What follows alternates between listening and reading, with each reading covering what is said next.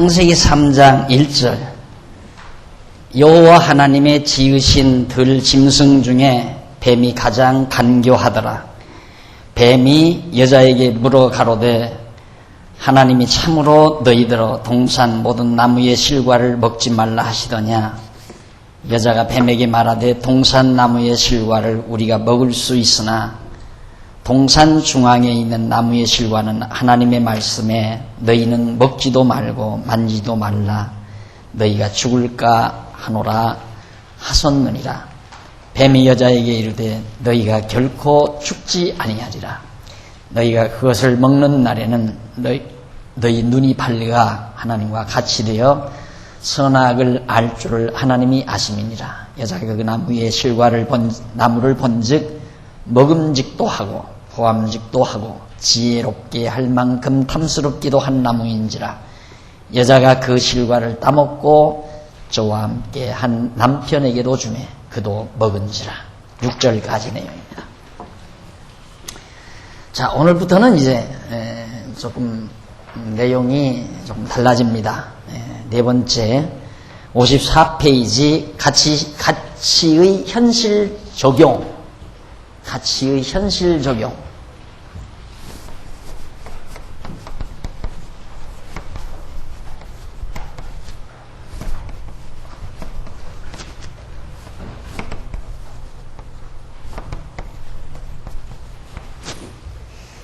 적당히 사용한단 말이거든요. 그러면 우리가 지금까지 배웠지만 기독교 가치 좀 특수하잖아요. 어떻게 보면 특수한 것 같죠. 그런데 정말 이것이 단순한 이상이냐, 단순한 관념적인 이상에 머문다면 아무것도 아니죠. 그건 하나의 망상일 뿐이죠. 관념적인 이론은 사실 근거가 없으면 망상이라고 합니다. 그러니까 망상이 뭐냐? 망상이란 말을 절더러 정의를 하라고 한다면 관념적인 관념적으로 이론을 전개해 놓은 그런 이론적 체계에 대한 사실 근거가 없는 걸, 또 사실 근거가 있을 수 없는 걸 망상이라고 그렇게 정의할 수 있습니다. 그렇다면 지금까지 우리가 전개해온 기독교 가치에 대한 이론들이 실제 우리가 이 세상을 살아가면서 적당하게 활용될 수가 없다면, 쓰일 수가 없다면 그럼 아무 필요 없는 거 아니에요. 그렇죠? 우리가 지금까지 배워온 가치에 대한 이론이 우리의 실제 삶 속에서 적용되지 못한다면 아무런 의미가 없는 거란 말이에요. 그래서 결론 맺기 전에 이제 우리가 정리해야 될 것이 정말 이 가치가 현실에서 적용이 가능하냐, 우리가 이 현실 세상에 살아가면서 실제 적당하게 사용할 수 있는 가치냐 하는 얘기입니다. 그래서 가치 현실 적용이라는 것은 기독교 가치를 현실 생활에서 실제로 이행하는 것을 바로 현실 적용이라고 말하죠. 우리가 실제 생활 속에서 이 가치론이 이용이 안 된다면 배우나 마나. 되게 그러죠, 요즘. 학교에서 배운 거 다 필요 없더라. 학교에서 뭐 쭉 공부하고 밤새워 공부한 게 현재 직장에 가면 아무 필요가 없더라 이거죠. 뭐 애써서 정말 오랜 동안 영어 공부를 해도 직장에 가면 영어 전혀 모르는 사람도 한 장소에서 몇 달만 공부하면, 몇 달만 적용하면 그냥 다 해득하고 다 알 수 있는 그런 것들이 많잖아요. 그러니까 이론으로 배운 것이 실제로 사용이 안 된다면 무의미한 거죠. 그러니까 우리가 애써서 지금까지 몇 주간 동안, 몇 달 동안 기독교 가치에 대한 이론을 정리하고 체계화했는데 이것이 정말 내가 이 세상 살아가면서 참으로 아름답게 적용이 가능한가 하는 문제를 우리가 다루지 않을 수 없는 겁니다. 이에 대한 문제는 수단으로서의 가치와 목적으로서의 가치를 구분해서 정리해야 한다. 그것은 이들 가치의 특성이 서로 다르기 때문에 이거 역시도 이 적용이 수단으로 그 다음 목적으로 해요.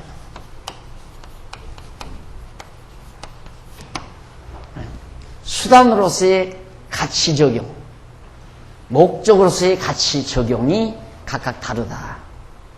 그래서 우선 이 두 가지로 우리가 정리를 해야 된다 하는 얘기죠. 그래서 우선 현실에 대한 적응에 관해서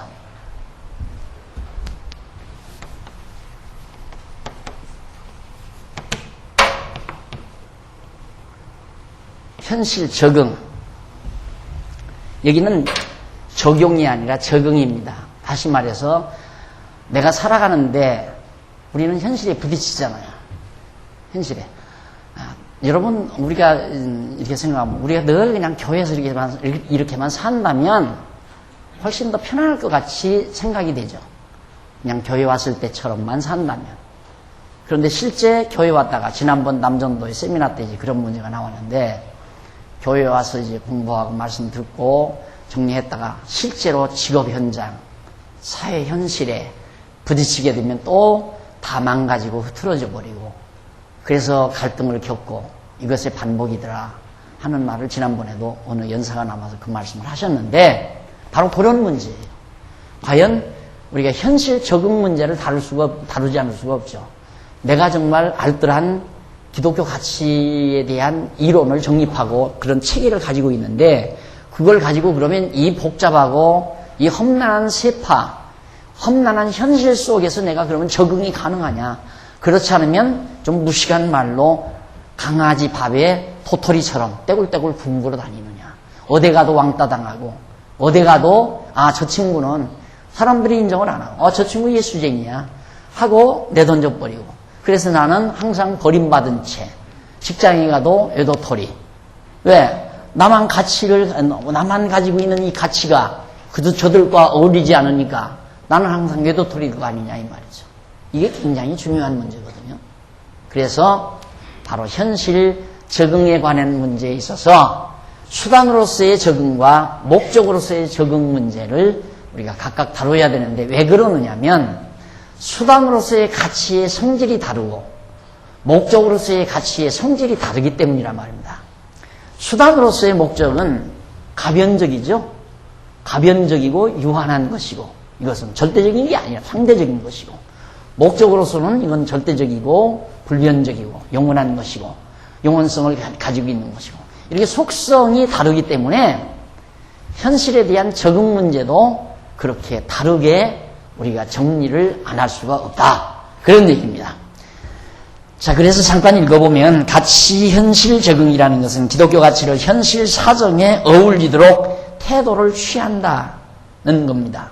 내가 현실에 적응한다. 그러면 예를 들면 나는 교회 와서 이렇게 신앙생활 하다 보니까 술 맛도 없어요. 술 먹고 싶은 마음도 없고 담배 피우고 싶은 마음도 없어요. 이게 친구들이 모였는데 술자리를 벌렸어요. 이 술을 먹어야 되느냐 안 먹어야 되느냐. 내가 집사인데 내가 그리고 청년회 회장인데 내가 그리고 남전도회 회장인데 내가 장로인데 이 자리에서 같이 술잔을 기울여야 되느냐 기울이지 않아야 되느냐. 문제가 심각하죠. 그래서 만약에 어떻게 해서 정말 상관의 명령에 상관의 권유에 의해서 할 수 없이 한 잔 기울였다. 기울이고 나서는 괴로워하고 이거 내가 이 집사가 이게 될 일인가. 내가 교회를 다녀야 되나 말이야. 이제 극단적인 생각까지 가지게 되는 거죠. 그래서 이 현실 적응에 관한 이런 구체적인 우리의 알뜰한 사고구조가 없으면 사람 딱 병신되게 닮아져요. 이 사회 속에서 완전히 병신되게 닮았다 이 말이에요. 어디나 가면 요즘 문제가 그거거든요. 그 왜 아주 사회 문제 큰 문제 나와 있잖아요. 군대 안 가는 안식교도를 군대 안 가는. 안식교가 아니고 여호와의 증인인가? 안식교도 안 갈 거라 아마. 여호와의 증인들 군대 여호와의 증인 맞아요? 안식교 아니에요? 여호와의 증인들 안식교는 그게 중요한 건 아니니까. 죽으라고 안 간다 이거예요. 난 안 간다. 나는 내 양심상 못 가겠다. 그래서 그걸 법원에서도 올바른 판단을 이랬다 저랬다 하는 거는 그 양심적으로 양심의 자유가 있는 나라에서 그럴 수 없다. 정죄할 수 없다. 무슨 소리냐. 국방의 의무를 줘야지. 국민이면 국방에 허물어 줘야지 무슨 소리냐 해서 지금 첨예하게 문제가 나오지 않나요? 그런 문제가 지금 대두되고 있잖아요. 그러면 그 사람들은 여호와의 증인은 성경 안 보고 사나? 다윗은 무엇 때문에 군대 모집해가지고 가서 싸움하고 그래요? 왜 싸움했어요? 또 사람 왜 죽이고? 좌우지간 외골수들하고는 못 견뎌보는 거야. 내가 이 지금 가치 현실의 적용에 대한 이 문제를 강의하는 건 여러분 외골수 되지 말라고 말이에요. 좀 폭넓게 큰 스케일을 가지고 큰 시각을 가지고 통째로 보는 통시적 시각을 가지고 세상을 살아야 좀 활달하고 자유롭지. 그렇게 외골수적인 그 사람들처럼 되면 군대 가서 총 잡는 거 이건 죄다 이거야. 안 된다. 그런 법이 어디가 있어요? 그런 법이. 그 날들은 좀 나와서 한번 변호하라면 좋겠더구만. 날 안 불러내요. 가야죠. 군대 가야죠. 전쟁이라면 총 쏴서 적군 죽여야죠. 예수 믿는 사람이라고 그 일 해서는 안 돼요? 왜 안 돼요? 하나님이 그런 현실을 우리에게 줬는데, 에? 수단이에요, 수단. 이 세상 살아가는 수단이란 말입니다. 수단으로서의 가치는 충분히 상대적이고 가변적이고 유한한 거예요. 그런 법이 어디 있어요? 자기는 이 세상 여기 바람들이고 삽니까? 그런 얌체들이 어디 있어요? 다른 젊은이들이 다 가서 국방 지키고 적군 못 쳐들어오게 해서 총 다 겨누고 간첩 들러보면 총 쏴 죽이고 이렇게 해서 나라가 평온해가지고 밥 먹고 사는데 남의 덕에 자기들 편안하게 살겠다? 그건 그건 정말 비양심적인 거예요. 그걸 또 양심적이라고 해서 양심의 자유가 있다 해서 또 그걸 판정을 내려가지고 정당한 판정을 내린 판사도 어디서 공부를 했는지. 근데 어쩔 수가 없어요. 다 지금 헌법재판소에서도 지금 판결을 못 내려가지고 가만히 있잖아요. 그런 법이 어디 있어요? 아니 하나님께서 전쟁 일어나게 해서 다윗도 가서 전쟁을 했는데 다윗은 돌멩이 던져가지고 이마통 터뜨려 주겠잖아요. 그 살인자예요? 다윗이 살인자냐고. 전쟁이 일어나면 싸우는 거예요. 그게 현실이에요. 그래서 이는 어디까지나 수단으로서의 가치에 대해서 하나는 거예요. 이제 거기 나오죠. 현실 적응. 가치의 공연이 그 사람들이 그랬는데 여러분들한테 화냈네요. 죄송합니다. 여러분들한테 화낼 이유가 없는데. 열받아서 그래요. 참 답답하죠. 진짜. 그래서 이 예수 믿는 사람들 정말 애골수로 들어가면 세상 콤하고 답답한 사람이 예수 믿는. 그래서 예수쟁이 소리를 듣는 거예요. 예수쟁이 소리.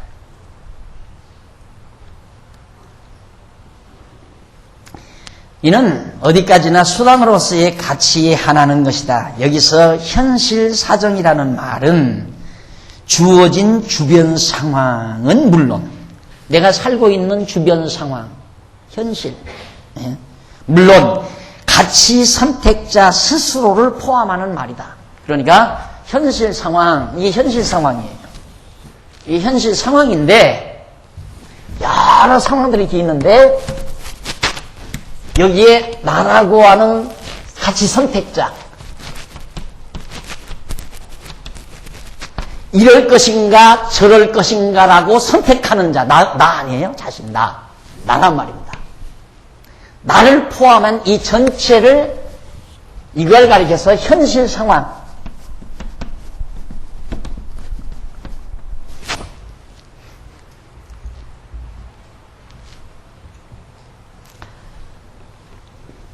그래서 이제 지난번 내가 상황윤리라는 말을 했죠. 상황윤리. 이 상황윤리만을 말하는 이들이 또 바보 멍충이 같은 사람들이에요. 예, 상황윤리 이것만 지금 얘기하는 거예요. 이게 제 강의를 잘못 들으면 박용기는 상황윤리자다. 이게 진보주의자고 완전히 인본주의 신학자다라고 그렇게 평가할 거예요. 내가 이렇게 정리를 하지 않았으면 수단으로서의 현실 적응과 목적으로서의 현실 적응으로 간결하게 정리를 해서 내가 이론 전개를 이 말을 하지 않는다면 완전히 내가 상황윤리나 똑같은 거죠. 상황윤리잖아. 똑같은 거란 말입니다. 비슷한 거라 이 말이에요. 그러니까 여기서 현실 사정이라는 말, 이게 현실 상황, 사정, 현실 상황, 사정 같은 말이에요. 현실 사정. 현실 사정이 어떻게 돼 있는가?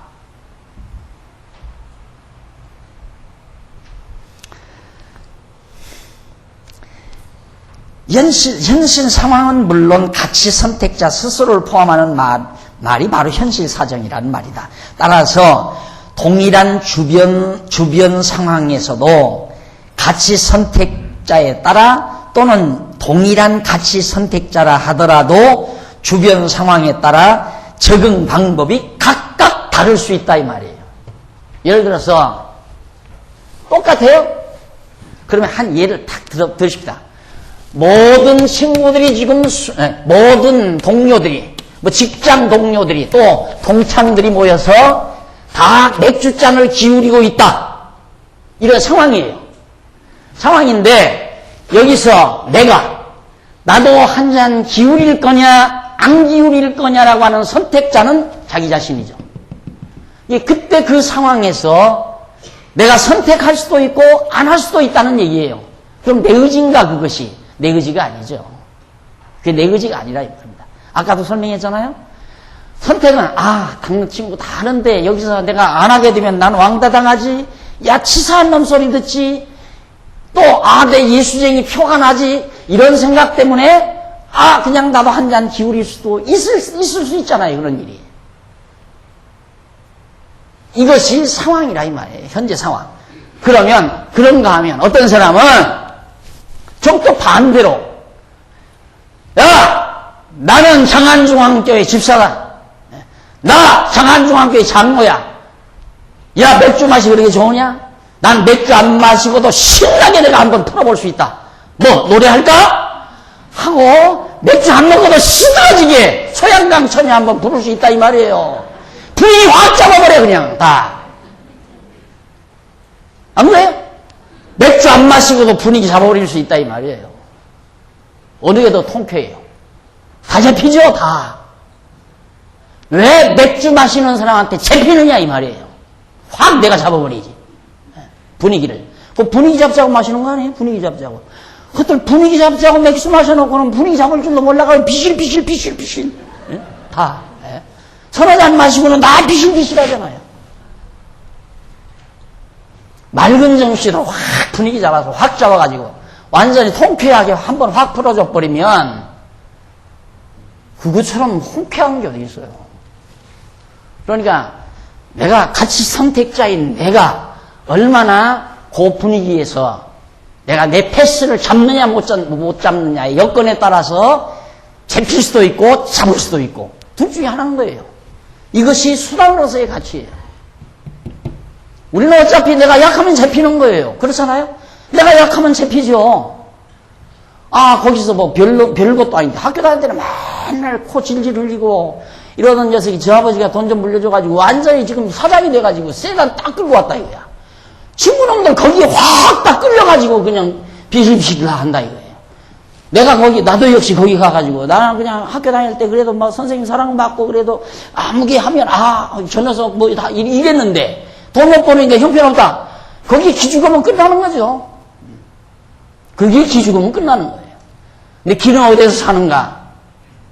이게 있으면 살잖아요. 그렇죠. 이게 있는데 이게 있으면 거기 있는 모든 친구들이 다 인간으로 보는 게 아니라 맥주 부대로 보인다. 맥주 부대. 맥주 봉다리로 보인다 이 말이에요. 맥주 봉다리에 의해서 좌우되는 형편없는 인간들로. 그걸 왜 못 잡아요? 확 걷어 잡아버리지. 아까 목사님 한 분 오셨는데 점심 식사를 하는데 아주 수박을 잘라놨는데 한 서너 개가 남았어요. 이거 하나씩 먹으면 다 우리 대접한 분들이 제일 음식 나머지 찌꺼기 남는 거 대접한 분들이 제일 처치곤란하네요. 그러니까 아까운 거 다 주워 먹다 보니까 이게 다 먹어줘야 그게 옳은 거예요. 그게 예의고.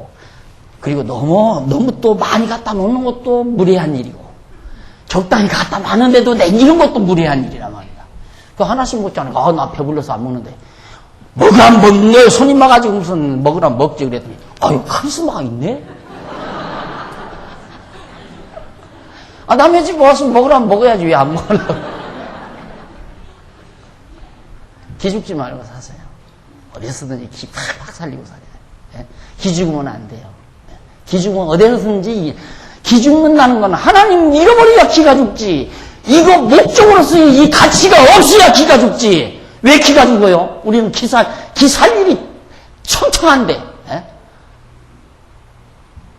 그래서 여러분, 이 수단으로서의 가치는 막 해라 하지 말라 이런 절대적 명령이 있을 수 없어요. 왜? 상대적이라 이 말이에요. 먹을 수도 있고 안 먹을 수도 있는 거예요. 그거 옳다 그르다 그거 평가할 성질의 것이 아니라니까. 수단이니까. 수단은 지엽적인 거예요. 그렇죠? 이건 지엽 아니에요? 지엽적인 거. 이건 근본적인 거고 이건 뿌리고 이건 이파리란 말이에요. 이파리 하나 시들었다고 해서 뿌리가 죽는 건 아니잖아요. 예? 아, 친구들끼리 모여서 기죽어가지고 할 수 없이 한 잔 마셨는데 그것 때문에 왜 인생을 포기하려고 하느냐, 이 말이야. 막 그것 때문에 죄의식에 사로잡히고 금방 죽어가는 것처럼 아니, 내가 집사 이거 그만둬야 되겠다. 이게 집사작이 있는가 없는가? 맥주 한 마리 집사작이 있는 거예요? 이 말 듣고, 야, 봐라. 한 잔씩 먹어도 괜찮잖아. 에이. 그러라고 지금 이강이 하는 건 아니에요. 또 가서 이제 또 아내들 들먹지 말고 소주 한 병 사왔나?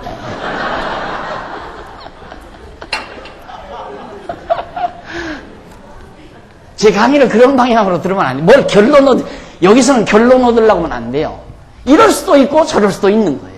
내가 약하면 마실 수 있는 거고, 할 수 없이 그 분위기에 약하면 내가 마시는 거예요. 그러나 내가 분위기를 잡으면 안 마실 수 있는 거죠.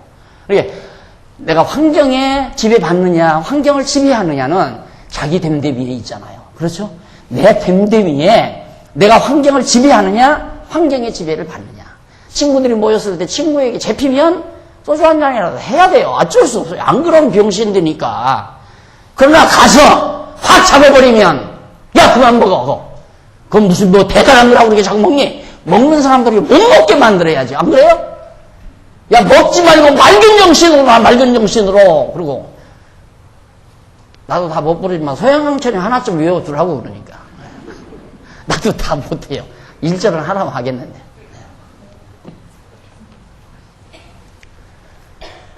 아니, 소양강천역 불렀다고 해서 지옥 가는 거 아니잖아요. 그렇다고 해서 죄인 내는 것도 아니고. 다 사람이 같은 감정을 가지고 있는데, 감정 유행각가락으로 한번 표현했다고 해서, 그게 뭐가 대단하게 큰 죄가 되고, 꼭 예수 믿는 사람은 한 곡 좀 부르라면, 삼장 찬송, 이천지가 만불더라.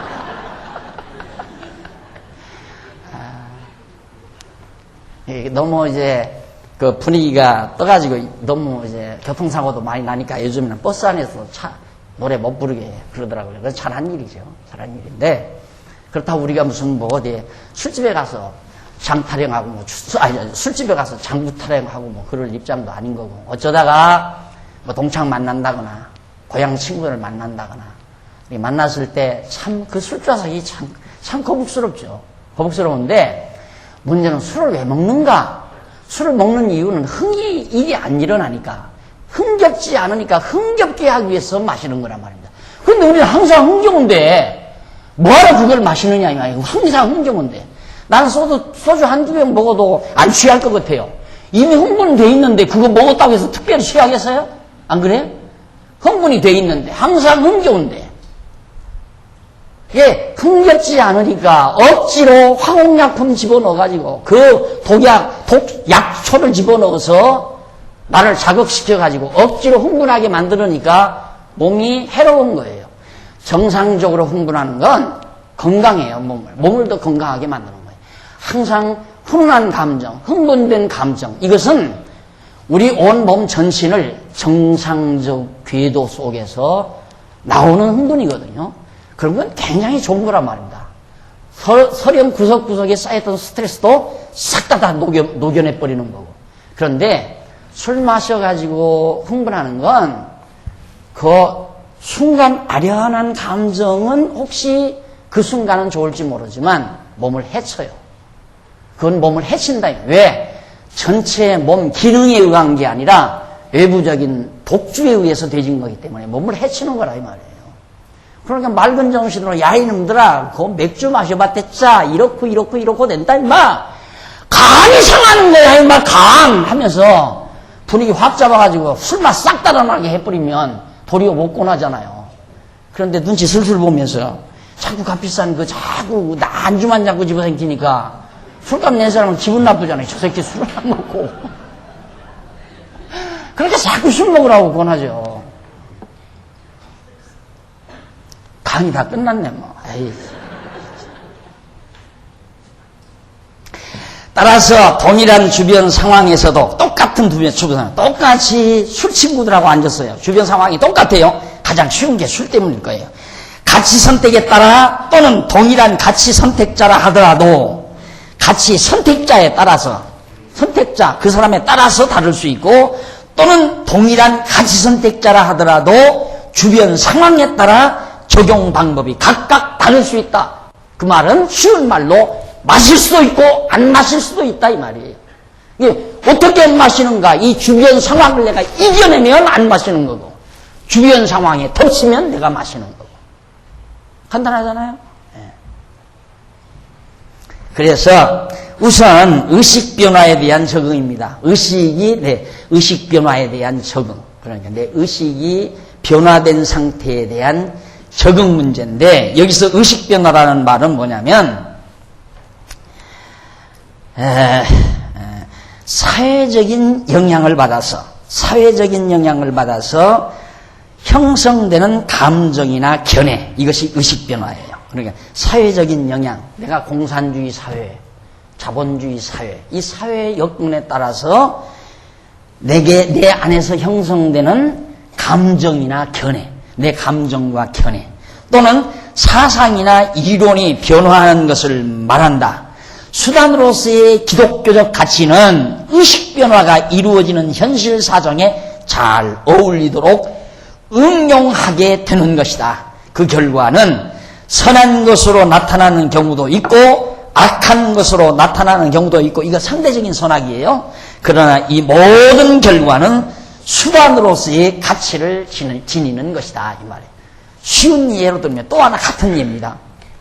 탕자가 아버지에게 늘 억눌려 산다 이 말이에요. 그것이 탕자가 처한 상황이에요. 근데 자기는 몸이 상당히 이제 성장을 했어요.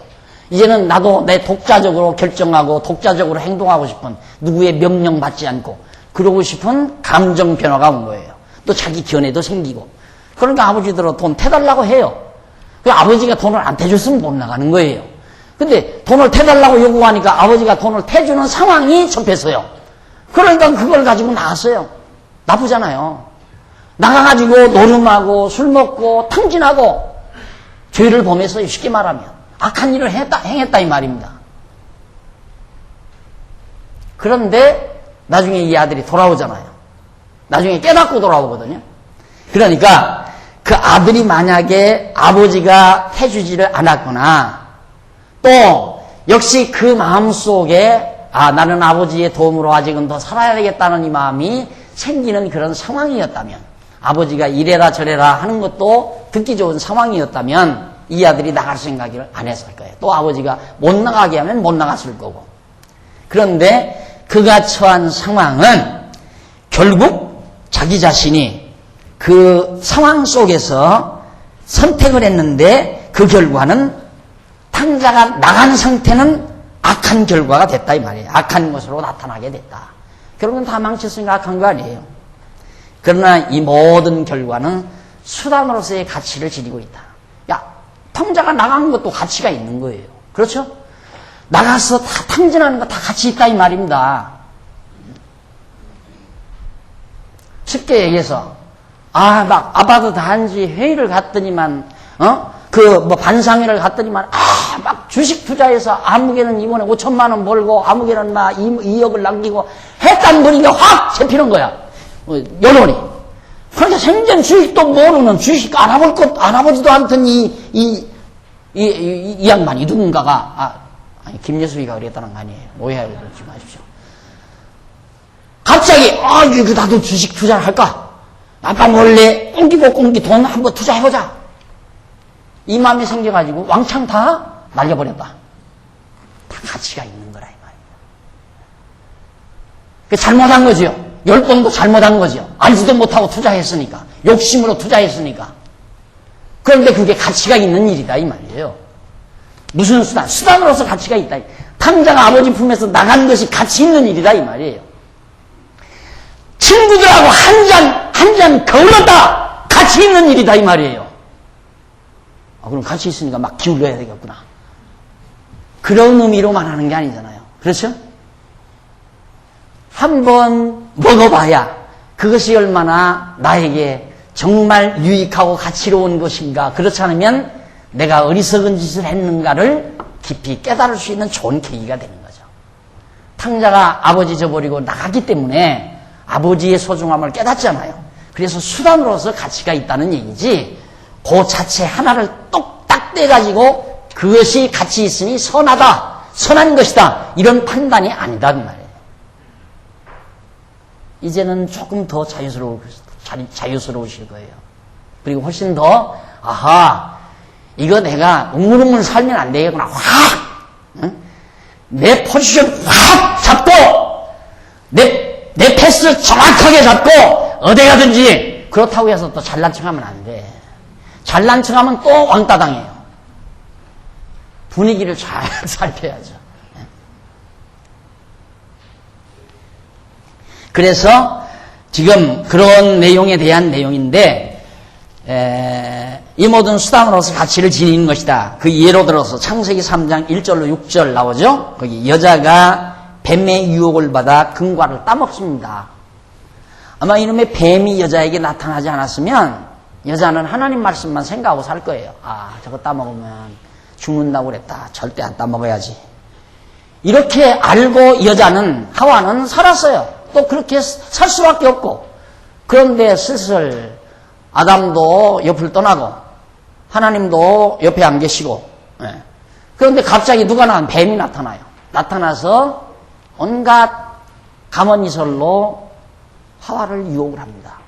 이 하와가 유혹을 당해요. 그래가지고 선악을 알게 하는, 따먹지 말라는 선악을 알게 하는 과일을 자기다가 따먹었어요. 그러면 하와는 뱀의 유혹을 당하는 그런 상황 속에서, 그런 상황에서 그런 사정이 있어서 유혹당하고 따먹었는데, 그런 남자는, 아담은 자기가 사랑하는 아내가 자꾸만 먹어보니 참 맛있더라. 당신도 먹어. 그러니까 그만 한 번도 거부도 못하고, 사랑하는 사람에게는 약하잖아요. 그래가지고 그냥 따먹고 같이 먹고 마는 거예요. 그런 상황이 왔어요. 선악을 알게 하는 과일을 따먹었다 그 말이에요. 나쁜 일이죠. 죄지요. 그건 죄예요. 나쁜 일이에요. 그러나 가치가 있어요, 없어요? 거기까지는 말 못하겠어요? 가치 있는 거예요.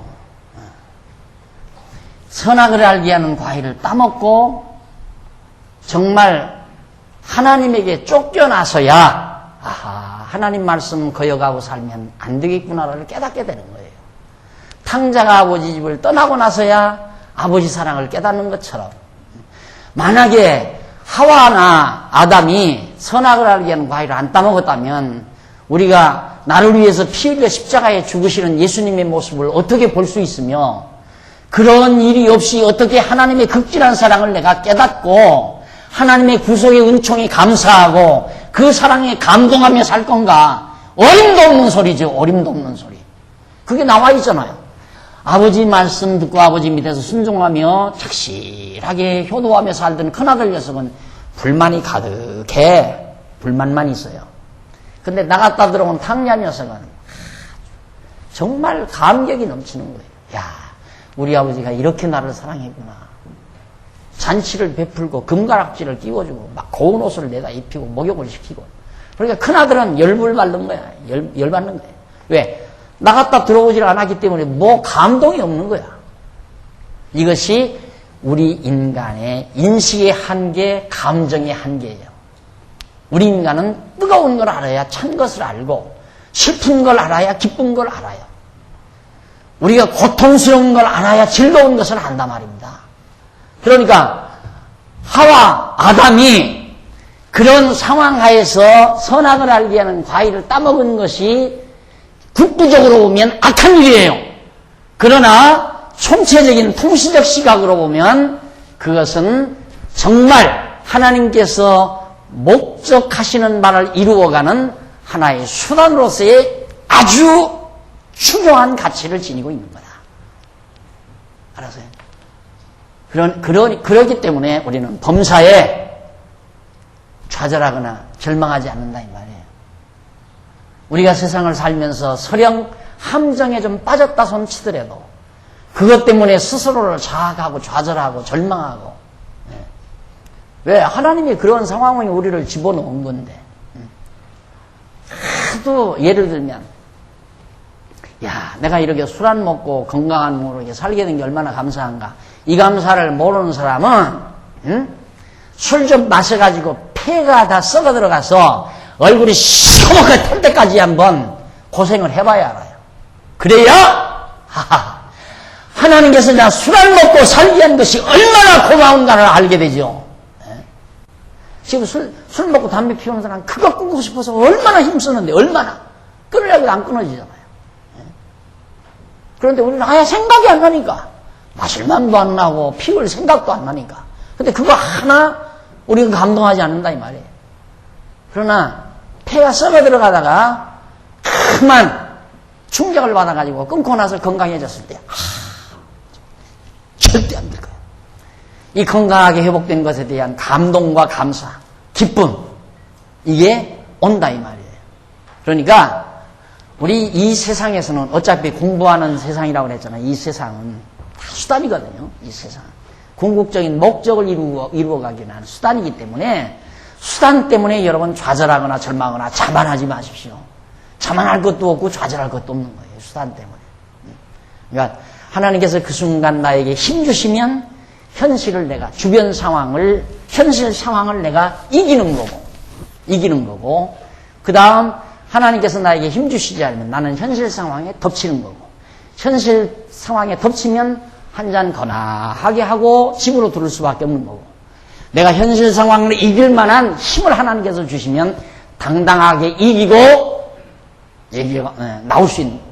그러니까 이겼다고 해서 그건 잘된 거고, 못 이겼다고 해서 그건 잘못된 거고, 잘됐다 잘못됐다 그렇게 좁은 협소한 시각으로 평가할 수는 있지만 통시적 시각으로 보면 다 덮친 것도 잘된 거고 가치 있는 거고 안 덮치고 이긴 것도 가치 있는 거다 이 말이에요. 모두가 다. 이것이 의식 변화에 대한 적용 방법입니다. 그 다음 여호수아 24장 31절에 보면 이런 말씀이 있어요. 여호와의 행하신 일을 아는 자의 사는 날 동안 여호와를 섬겼다 하는 말씀이 있어요. 이스라엘이 여호수아의 사는 날 동안과 여호수아 뒤에 생존한 장로들 곧 여호와께서 이스라엘을 위하여 행하신 모든 일을 아는 자의 사는 날 동안은 어떻게 여호와를 섬겼더라라는 말이 있어요. 그러니까 여호수아가 살고 있고 여호수아와 함께 태어난 자들이 여호수아 뒤에 태어난 자들이 여호수아와 함께 살아오면서 요단강 홍해바다 건너는 사건도 보고 애굽에서 열재앙 나오는 것도 보고 그 사람은 없죠. 그 사람은 다 애굽에서 20세 애굽에 태어났죠. 그러니까 10대에 봤죠. 10대에 본 사람은 있을 거란 말입니다. 애굽에서. 그런 사람들 홍해바다 갈라지는 거 보고 시내산 사건도 보고 무리바 반석 사건도 보고 만나도 먹어보고 요단강 건너보고 그리고 가나안 땅 들어와서 가나안 족속들 다 몰아내는 거 실제로 눈으로 보고 확인한 사람들. 그런 사람들이 다 그런 사정과 상황을 이루어진 상태에서는 상황이 되어진 상태에서는 여호와를 경외했다 이 말이에요. 그 말은 뭐냐면 이런 상황이 안 되고 이제 이들이 다 죽은 다음 홍해바다 갈라지는 것도 보지 못하고 시내산 사건도 눈으로 안 보고 가나안 땅 대적들 몰아내는 것도 하나 보지도 아니한 사람들 눈으로 확인 안 하는 사람들, 그냥 귀로만 어떤 때 가끔가다 들은 사람들, 이런 사람들로 상황이 이루어졌을 때는 우상을 섬겨. 달라지잖아요. 상황이 나를 만들어가는 거죠. 그래서 인간은 보통 사람들이 그게 절대진리인 줄 알고, 인간은 할 수 없이 환경의 지배를 받는 거야. 그래서 이제 공산주의자들이 모든 사람 다 잘 살게 만들면 도둑놈이 없다 이거야. 전쟁도 없고 모든 사람 다 골고루 다 잘 살게 하면 전쟁도 없고 미움도 없고 또 도둑도 없고 얼마나 좋은 세상이냐. 그러니까 환경이 인간을 만든다. 그래서 이걸 공산주의는 성선설로부터 출발하는 게 쉽게 말하면 인간은 본래는 선한 건데 선한 인간이 환경이 나빠가지고 악하게 만든다. 그러니까 가진 사람만 몽땅 갖고 가난한 사람 가난하니까 가난한 사람이 많이 가진 사람과 도둑질 하려고 하지 않겠느냐. 이것이 공산주의 이론이에요. 그러나 자본주의는 그런 이론이 아니죠. 그런 이론이 아니고 인간은 어차피 경쟁하려고 한다. 남보다 더 잘 살려고 그러면 그러니까 본능적으로 다 경쟁하도록 놔둬야 한다. 그래서 발전해 가야 한다. 그렇게 이제 시작을 하는 거고 그리고 인간은 본래 악하기 때문에 하여튼 경찰을 두고 사법부를 두어서 막 무섭게 형벌을 가하면 죄 안 지고 산다. 이제 이런 얘기예요. 또 그들도 이제 자본주의도 그렇게 해서 막 경쟁해서 돈 많이 벌면 그때 이제 넘치는 걸로 예를 들어서 어떤 사업가가 기업주가 이만한 그릇이 있는데 이거 꽉 차면 이거 가득 차면 그 다음 막 더 차면 넘치는 거 아니냐 이렇게 넘치면 그 다음 너도 갖고 나도 갖고 넘치는 걸로 여기를 자꾸 넘치고 여기서 나눠 갖고 이러면 살아야 되는 거다. 이런 얘기죠. 이것은 이제 상황을 공산주의자들이 말하는 이 상황이 인간을 만든다 이런 것이 아니에요. 바로 인간이 상황을 바꿀 수 있다. 인간의 의지가 그래서 인본주의예요. 착저 인본주의. 공산주의는 유물사관이고 이 상황이 인간을 만든다. 그러니까 이런 모든 주변 상황이나 모든 물질이 인간도 물질이니까 물질로 보는 거니까. 그래서 유물사관으로부터 시작하는 거고 자본주의는 인본주의. 인간의 의지력으로 모든 걸 다 현실 상황을 바꿔낼 수 있다. 이런 사고에서 이제 생각을 출발시키는 거죠. 이 모두는 다 이것만 절대적이고 저건 절대적이 아니다라고 말할 수 없다 이 말이에요. 어차피 이것은 수단이기 때문에 상황에 지배받는 내가 될 수도 있고 상황을 지배하는 내가 될 수도 있는 것이 우리의 현실이라 이 말이에요. 그런데 내가 상황을 지배하면 한 잔 안 기울이는 거고 상황에 지배받으면 한 잔 기울일 수밖에 없는 게 인간이다 이 말이에요. 그런데 여호수아 때도 보면 전부 하나님을 알고 하나님의 능력을 보고 눈으로 보고 깨달은 그 사람들이 있을 때는 다 여호와 경외하고 살았지만 아무도 눈으로 본 사람이 없는데 여호와 살아계신 것도 눈으로 본 사람이 없고 홍해바다 갈라진 것도 못 봤고 아무런 걸 보지도 못한 사람은 모르니까 보이는 우상밖에 섬길 수밖에 없잖아요. 상황이 그러니까 우상 섬기고 사는 거라 이 말이에요. 그렇게 해서 하나님은 또 우상 섬기고 사는 자로 우상을 섬기고 살면 내가 너희 이방 민족에게 맡기겠다. 그리고 이방 민족 바벨론에게 갖다 딱 맡겼다가 하나님의 능력으로 기가 막히게 또 데려오잖아요. 그래서 하나님을 알게 하고 또 깨닫게 하고. 그게 하나님 해가시는 일이에요. 그러니까 또 우상 섬기는 것도 가치가 있죠. 만약에 우상을 안 섬기면 하나님도 안 섬기고 우상도 안 섬기고 아무것도 안 하면 물론 이것도 하나님이 오실 때는 여호와 안 섬기니까 그것도 죄죠. 근데 성경에 너희들이 가나안 땅 들어가면 우상 섬긴다 미리 예언을 해놔요. 지금 제가 예레미야서 지금 중간쯤 집필을 하는데 그거죠. 이스라엘 백성들이 우상 섬겼다 이 말이에요. 그러니까 내가 너희를 바벨론에 보내가지고 사로잡아가게 하겠다. 그러나 70년 만에 다시 돌아오게 하겠다. 이거거든요. 왜? 우상 섬기는 자들로 하여금 여호와 하나님 경외케 하기 위해서. 그러니까 우상을 섬김으로 바벨론에 가게 되고 바벨론에 갔다 돌아옴으로 여호와 하나님 경외하게 되고 목적은 여호와 하나님 경외하는 것은 근본 목적이고 바벨론으로 가는 거 우상 섬기는 거 다 수단이고 그러니까 우상 섬기는 것도 가치가 있는 거고 바벨론에 가서 종살이 하는 것도 가치가 있는 거고 바벨론에서 돌아오는 것도 가치가 있는 거고 그래서 결국 근본 목적인 여호와 하나님 경외하며 사는 가장 중요한 목적으로서의 가치를 얻게 되어진다 이 말이에요. 자, 마지막 하나 마태복음 26장 69절로부터 75절까지 보면 베드로가 닭 울기 전에 예수를 3번 부인하죠.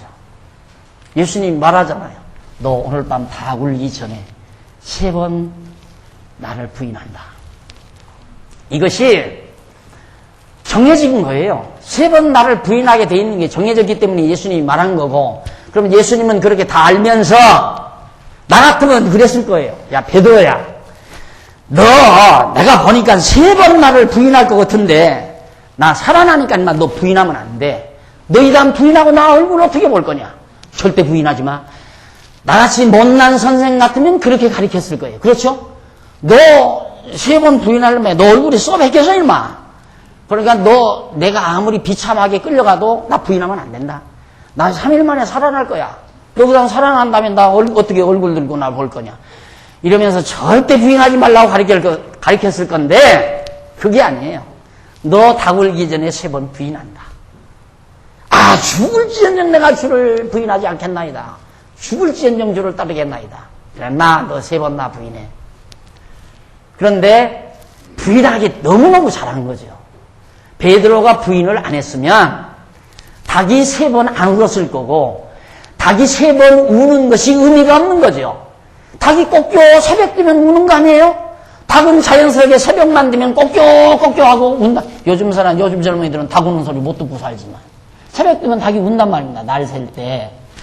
그런데 그날따라 왜 닭이 3번 울음소리가 그렇게 베드로에게 자극적으로 들렸느냐 이 말이에요. 3번 부인했기 때문에 들린 거죠. 들려온 그 3번 우는 닭 울음소리는 베드로의 생각을 바꿔놓습니다. 정말 그는 하나님의 아들이었다. 그리스도였다.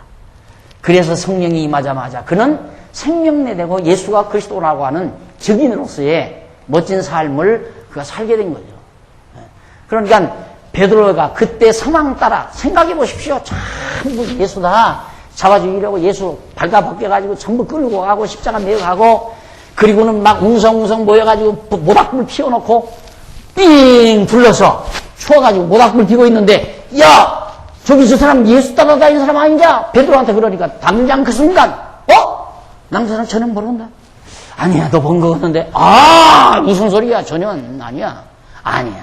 틀림없이 너 그때 절대 아니다. 3번 딱 부인하고 나니까 꺾여하고 닭이 3번 운다 이 말이에요. 상황이 그래서 그렇게 된 거예요. 상황이. 그런데 그게 얼마나 가치 있는 일이냐 이 말이에요. 3번 부인한 일이. 그래서 결국 거꾸로 못 박혀 죽었다고 그러죠, 베드로가. 하여튼 예수가 그리스도임을 증거하기 위해서 일생을 바치는 멋진 인생을 마친 베드로의 삶은 3번 닭이 울음소리 듣기 전 부인했던 그의 수단으로서의 가치가 그렇게 만들었다. 오늘 이만큼 하죠. 다음 시간에는 이제 사회 변동에 대한 적응입니다. 이 사회가 변동될 때 내가 어떻게 기독교 가치를 적응할 것인가 하는 문제에 대해서 말씀을 드리도록 하고 오늘 강의 여기서 마무리합니다. 기도하십시다. 자비하신 아버지 하나님, 은혜를 감사합니다. 하나님께서는 우리를 하나님의 사람 만드시려고 이런 상황 저런 상황 속에 집어넣어 우리의 연약성을 발견케 하시고 하나님의 전능하심을 깨달아 여호와 하나님 경외하지 않고는 도저히 견딜 수 없는 사람으로 만들어 가시는 하나님의 놀라운 섭리를 진심으로 감사합니다. 아버지 하나님, 오늘 우리의 현실이 아무리 각박하다 하더라도 좌절하지 말게 하시옵소서. 절망하지 말게 하시옵소서. 이런 상황을 우리에게 주신, 내가 이겨내기 힘든 상황을 주신 하나님 앞에 감사할 줄 아는 여유로운 마음도, 그리고 너그러운 마음도 우리 모두에게 허락해 주시옵소서. 예수님 이름으로 기도드립니다. 아멘.